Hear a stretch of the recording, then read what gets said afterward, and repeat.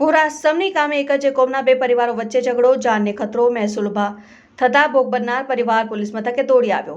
સભ્ય સમાજને ન શોભે તેવી ખરાબ ગાળો બોલવાને લઈ વોરા સમની ગામે એક જ કોમના બે પરિવાર વચ્ચે ઝઘડો થતા સમગ્ર મામલો પોલીસ મથકે પહોંચ્યો। ઘટના વિડીયો પણ સોશિયલ મીડિયામાં વાયરલ થયા હતા। ઘટનાને લઈ પોતાની તેમજ પોતાના બે દીકરાઓના જાનને જોખમ હોવાના ડરથી ભયભીત બનેલા પિતા પરિવાર સાથે વાગરા પોલીસ મથકે દોડી આવ્યા અને ફરિયાદ આપવાની તજવીજ હાથ ધરી કુલ્હાડી વડે હુમલો કરાતા ભયભીત બનેલ પરિવાર પોલીસ મથકે દોડી આવ્યો।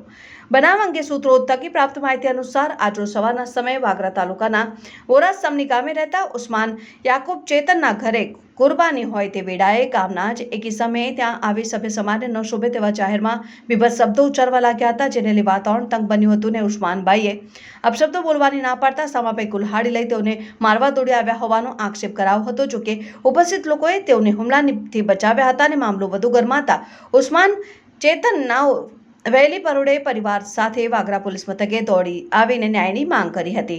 મારી જાનને ખતરો છે, ઉસ્માન યાકુબ ચેતન। વાગરા પોલીસ મથકે ફરિયાદ લખાવવા આવેલ ઉસ્માન યાકુબ ચેતનનાઓને મીડિયા સમક્ષ નિવેદન આપતા જણાવ્યું કે હું પરિવાર સાથે વોરા સમની ગામે રહું છું।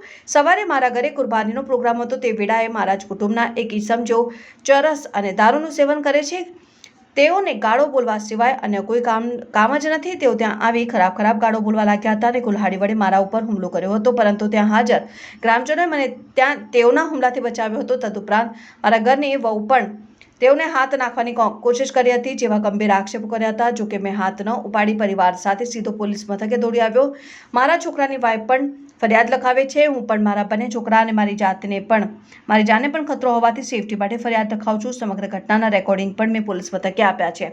હવે પોલીસ અને ભાજપ સરકાર મને સહકાર આપી ન્યાય અપાવે તેવી આશા રાખું છું। જો આમ નહીં થાય તો મારે કામ છોડવું પડશેનું ઉસ્માનભાઈએ નિવેદન આપ્યું। સમાજના આગેવાનોને સમજાવવા માટે કમર કસી।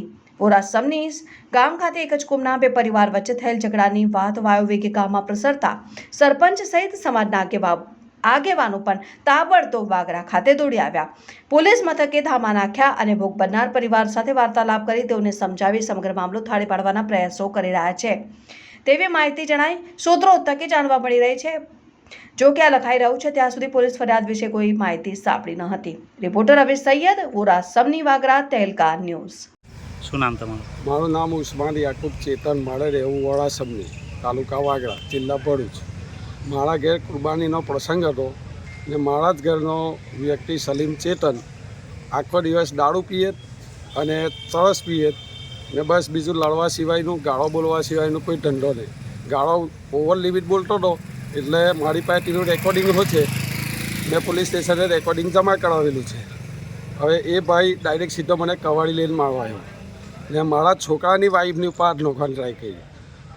હાલાંકि મેં હાથ ઉઠાવ્યો નથી, મેં ડાયરેક્ટ સીધો પોલીસ સ્ટેશને કમ્પ્લેન કરવા આવ્યો।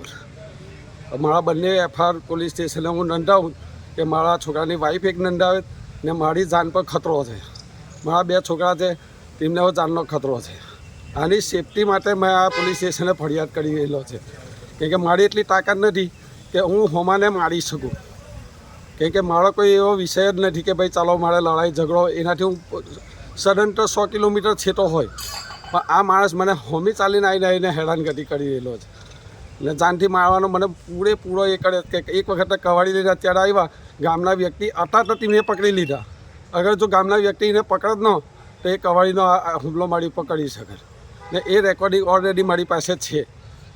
હવે આનો મારે પૂરેપૂરો ઇન્સાફ જોઈએ કે કાંઈ તો મારે ગામ છોડી દેવું યા તો પછી મને પોલીસ યા ગવર્મેન્ટ આપણી જે છે ભાજપ સરકાર તે મને સહકાર પૂરેપૂરો આપે, એટલું નિવેદન કરવા માગું છું।